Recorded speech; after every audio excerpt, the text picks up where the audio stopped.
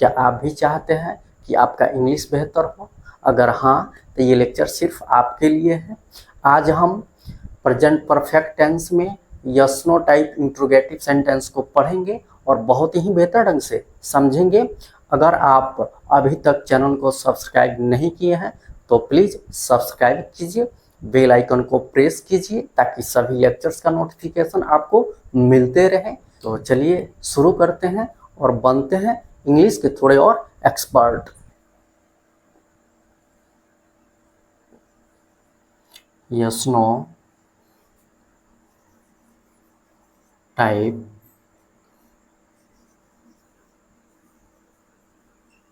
Interrogative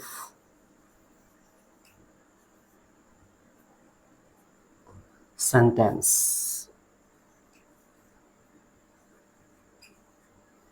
इसे हम open type interrogative sentence भी बोलते हैं।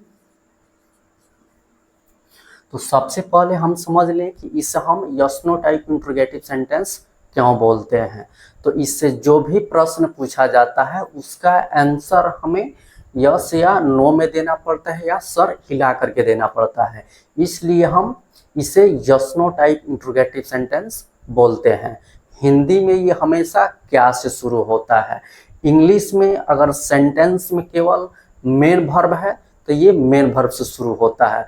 अगर सेंटेंस में हेल्पिंग वर्ब और मेन वर्ब दोनों है तो यह सेंटेंस हेल्पिंग वर्ब से शुरू होता है। इस तरह से हम इंग्लिश में इसको आइडेंटिफाई करते हैं, पहचानते हैं। तो चलिए इसके स्ट्रक्चर को देखते हैं।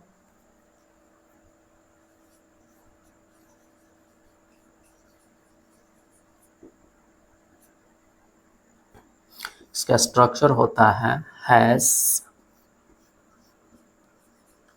Have plus subject plus V3 plus object plus note of interrogation. यही इसका स्ट्रक्चर होता है। चलिए ये सब हम एग्जाम्पल से समझते हैं। क्या उन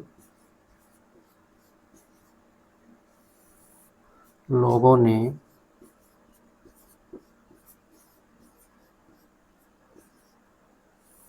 गरीबों को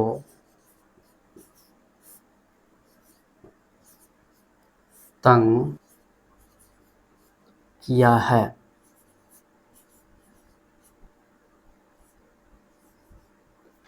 हमारे सामने जब भी कोई सेंटेंस है तो सबसे पहले उसे हमें आइडेंटिफाई करना चाहिए, पहचानना चाहिए। तो देखिए इस सेंटेंस में हिंदी क्रिया के अंत में आया है या हैं।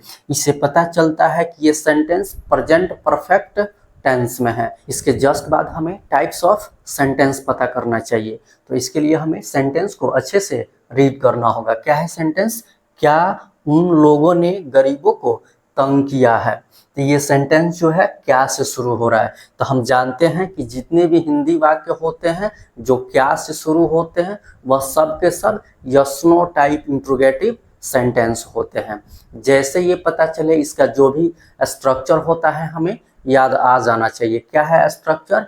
Has, have plus subject plus V3 plus object plus note of interrogation. तो चलिए इसे हम ट्रांसलेट करते हैं। तो सबसे पहले हमें हैज या हैव का प्रयोग करना है। तो हम खुद से ना हैज का प्रयोग कर सकते हैं और ना ही हैव का प्रयोग कर सकते हैं। इसके लिए हमें सब्जेक्ट चाहिए। सब्जेक्ट ही बताता है कि यहाँ पे हैज का प्रयोग होगा कि हैव का प्रयोग होगा। सब्जेक्ट यहाँ पे क्या है? उन लोगों।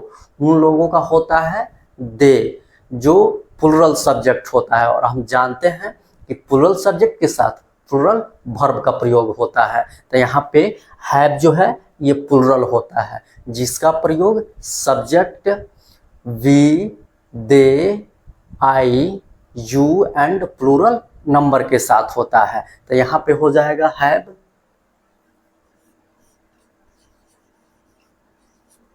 उसके बाद सब्जेक्ट, सब्जेक्ट है उन लोगों का होगा दे। उसके बाद V3 मुख्य क्रिया। यहाँ पे मुख्य क्रिया क्या है? तंग करना। तंग करना का होता है वैक्स, जो वर्ब का बेसिक फॉर्म होता है, लेकिन हमें यहाँ पे वर्ब का तीसरा रूप चाहिए। तो वैक्स का जो वर्ब 3 होता है ये वैक्स्ड होता है, जिसे हम पास्ट पार्टिसिपल भी बोलते हैं। तो होगा वैक्स्ड। उसके बाद ऑब्जेक्ट, तंग करना का प्रभाव किस पे पड़ रहा है? गरीबों पे पड़ रहा है, तो गरीबों ही यहाँ पे क्या होगा? ऑब्जेक्ट होगा। तो गरीबों का हो जाएगा द पुअर, और अंत में नोट ऑफ इंट्रोगेशन, क्योंकि ये yes no type interrogative sentence है। इंट्रोगेटिव चाहे WS टाइप हो या यस नो टाइप हो, उसके अंत में हमें नोट ऑफ इंट्रोगेशन का प्रयोग करना चाहिए, नहीं तो सेंटेंस इनकम्प्लीट हो जाता है, इनकरेक्ट हो जाता है। चलिए इसे हम कुछ और एग्जाम्पल से समझते हैं। क्या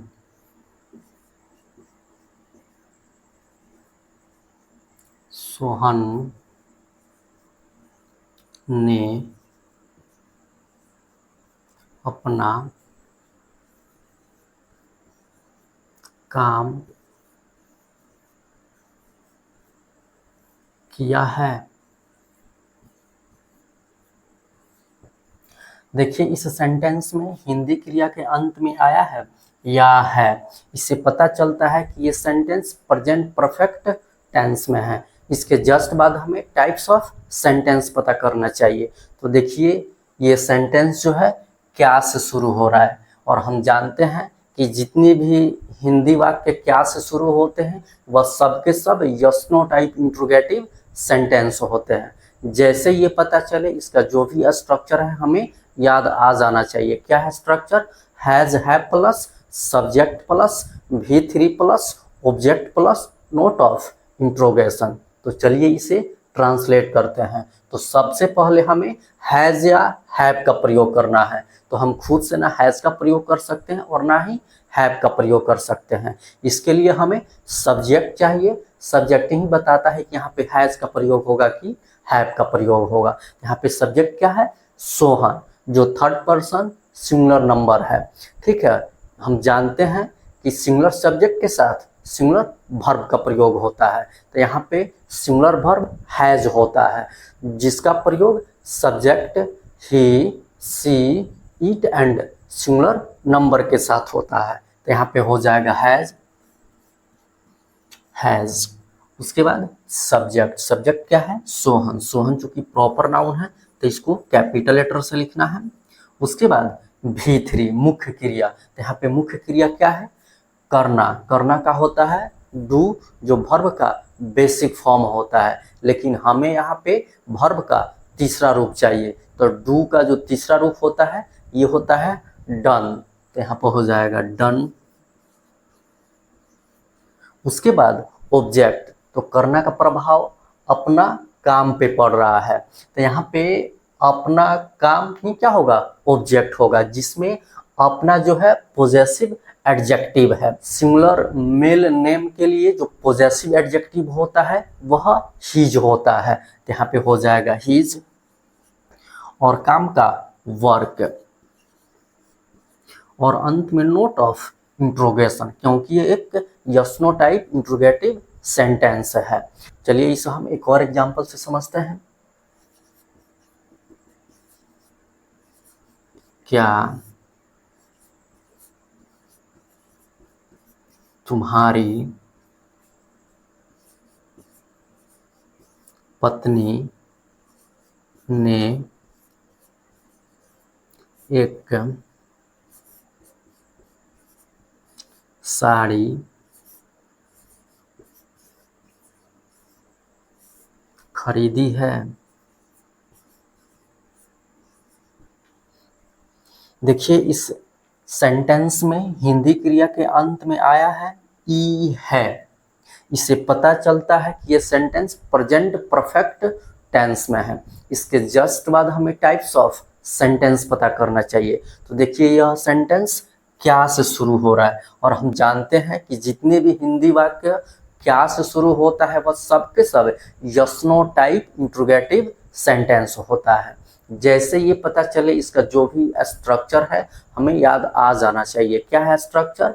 has, have plus subject plus V3 plus object plus note of interrogation. तो चलिए इसे हम ट्रांसलेट करते हैं। तो सबसे पहले हमें यहाँ पे हैज़ या हैव का प्रयोग करना है। तो हम खुद से ना हैज़ का प्रयोग कर सकते हैं और ना ही हैव का प्रयोग कर सकते हैं। इसके लिए हमें सब्जेक्ट चाहिए। सब्जेक्ट ही बताता है कि यहाँ पे हैज़ का प्रयोग होगा कि हैव का प्रयोग होगा।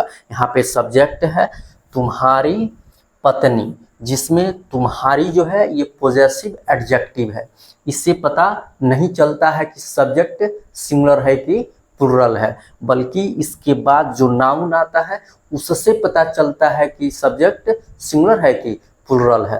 तो इसके बाद नाउन है पत्नी। पत्नी का होता है वाइफ, जो सिंगुलर काउंटेबल नाउन है। इसका मतलब ये हुआ कि ये सब्जेक्ट क्या है, सिंगुलर है। और हम जानते हैं कि सब्जेक्ट अगर सिंगुलर होता है तो उसके साथ सिंगुलर वर्ब का प्रयोग होता है। तो यहाँ पे हैज जो होता है सिंगुलर होता है, जिसका प्रयोग subject he, she, it and singular number के साथ होता है। यहाँ पे हो जाएगा हैज, उसके बाद सब्जेक्ट तुम्हारी पत्नी, योर वाइफ, उसके बाद V3 मुख्य क्रिया। तो मुख्य क्रिया क्या है, खरीदना। खरीदना का होता है बाय, जो वर्ब का बेसिक फॉर्म होता है, लेकिन हमें यहाँ पे वर्ब का तीसरा रूप चाहिए। तो बाय का तीसरा रूप होता है बॉट। तो यहाँ पे हो जाएगा बॉट।